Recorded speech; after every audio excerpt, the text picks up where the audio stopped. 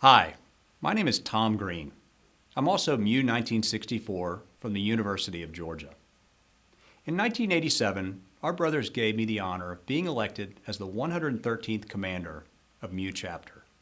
Today, I'm a husband, a father, and a writer. I also have a busy day job where I serve as an executive vice president for a company in Atlanta, Georgia. As you know, our 279 chapters across the U.S. boast some very notable alumni. Some of those names you might recognize as being famous, or maybe names you just know from being involved with your chapter in some fashion. There are so many men that give freely of their time in an effort to enhance the organization, an organization that's been loved by so many for such a long period of time. So I want to start by telling you the obvious. The alumni who volunteer their time for this organization are not any smarter than you are. We might be a little bit older, but in all likelihood, you are much smarter than we are. No, the primary difference between us is simply this. The primary difference is time. See, one of my favorite sayings is that life is shaped by the roads we've traveled. And not all those roads are paved, or straight for that matter. The men who volunteer their time to this organization simply have wisdom to share. Wisdom derived from a lifetime of experiences. Some good experiences and some not so good experiences. But as I like to say, sometimes the things that inspire us the most are not our favorite memories. Yet those memories bring us tremendous wisdom. It's part of what makes us uniquely human. That desire to share wisdom with other people. A few weeks ago, I was cleaning out my attic and I came across this old note in my college files. I immediately recognized the handwriting as my own. It was a note that I'd written to myself back in 1987 when I was running for commander of MU chapter. The note simply read, "What I want to accomplish as commander of MU chapter." There were 4 things. Number 1, be a good leader. That seems simple enough. Number 2, earn the respect of everyone in the chapter, even those people that didn't vote for me. And number 3, this one seems simple, make as few mistakes as humanly possible. And number 4, make sure you leave the chapter better off than the way in which you found it. For the most part, I think I succeeded in achieving those goals, but I honestly underestimated how hard it would be to reach the goals.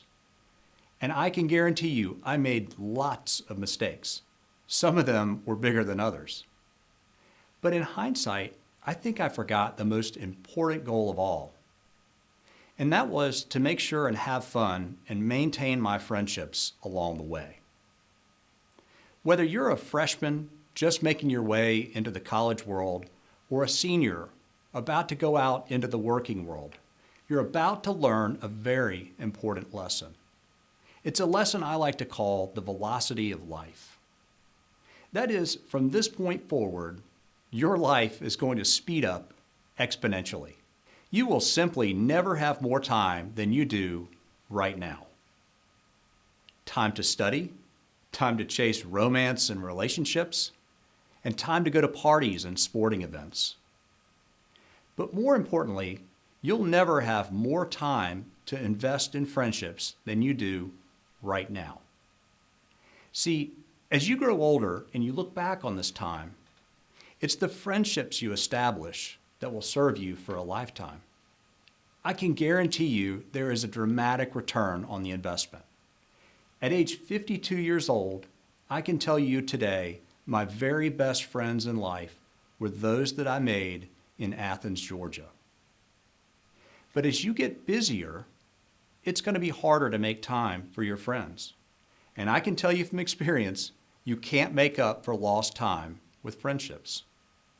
And as you get busier, you're going to try to find ways to make those friendships more efficient. You might text rather than call. You might choose to study or go to work instead of going out with your friends. Or you might choose to simply communicate through social media. Sure, social media is efficient. The problem is you simply can't nurture friendships over social media. Life is meant to be experienced out in the wild in full living color. In my experience, you simply can't do life with people digitally. I recently came across a survey by the American Sociological Review. I found the results astonishing. It seems that white heterosexual men have the fewest friends in America. The survey goes on. 22% of millennials report that they have no friends at all. 30% of millennials claim that they always or often feel lonely.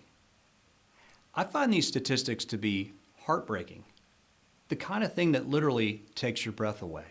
Now, you might not recognize the name Vivek Murthy. Dr. Murthy was the 19th Surgeon General of the United States under President Barack Obama. Dr. Murthy was the first politician in this country to openly talk about friendships and the value of spending time with friends. Now think about it.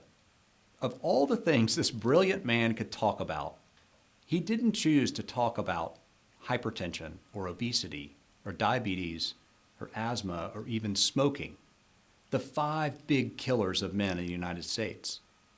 No, he talked about friendships. In fact, when a reporter asked him what the biggest health risk to our country is, he simply answered, the biggest health risk is social isolation. See, there's a ballooning epidemic of loneliness in this country. You might not see it yet, but it's out there.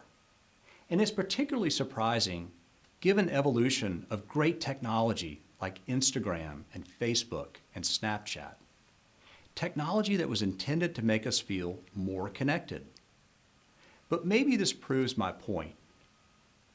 We are simply busier and yet lonelier than all previous generations.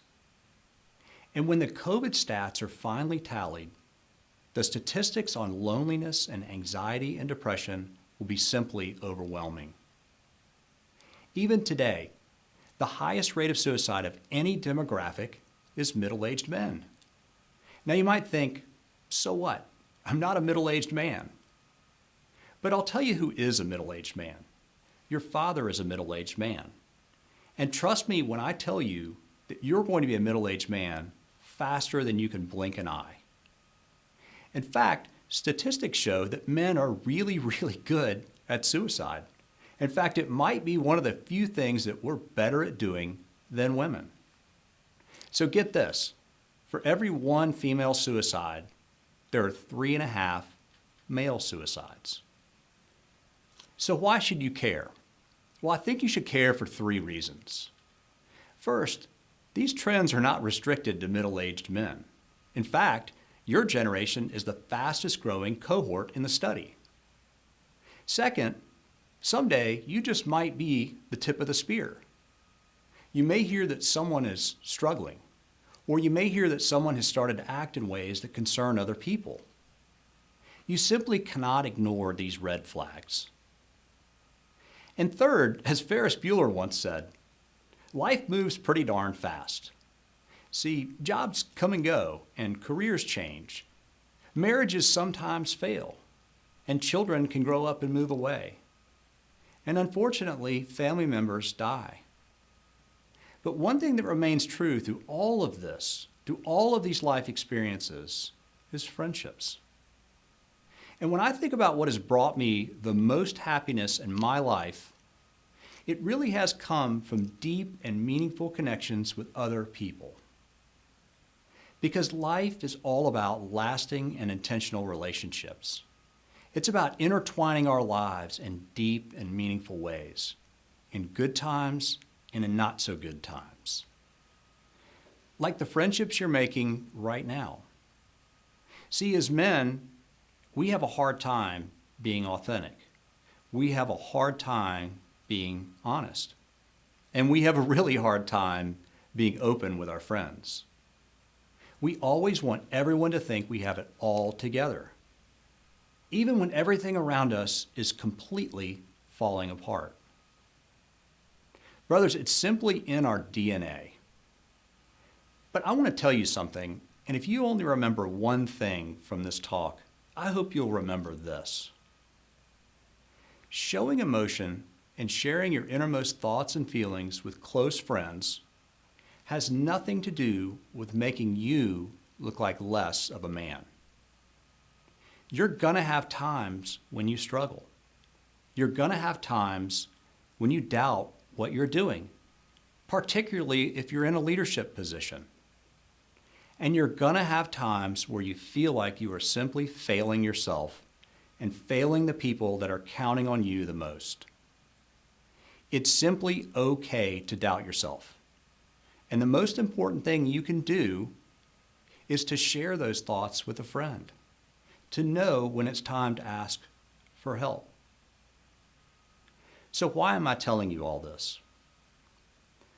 Well, I'm telling you all this because the statistics don't lie. Trends don't magically reverse course and turn in the opposite direction. And I'm telling you this, gentlemen, because we've never needed fraternities more than we do right now. And we've never needed friendships more than we do right now. And we've never needed your leadership more than we do right now. See, I think our founders were brilliant men, and I think our founders knew that this day would come. I think they knew there'd be a time when men would be at risk. I think they knew there'd be a time when our leadership would be at risk. And I think they knew there'd be a time when our fraternity itself would be at risk. And I think it's what our founders were talking about when they wrote about the light of Sigma Nu. Because light is essential to see the obstacles that are in our path. And I think it's what Walter Sears was writing about when he wrote the preamble to the Creed, which simply says, to believe in the life of love, to win in the fresh morning of our youth the loyal love of faithful friends, who will go with us unmoved into the darkening shadows of life's closing day. And so, to seek and to find, to have and to hold, the friendships that will abide. I want to thank you for tuning in and allowing me to have this virtual chat with you. I'd love to continue the conversation. One of the ways we can do that is for you to take out your phone right now and visit tomgreen.com and sign up for my newsletter. And together we can continue this important conversation. So gentlemen, may God bless you in the coming year. May He bless you with light and with love and with wisdom. But most of all, may He bless you with the friendships that abide. Thank you.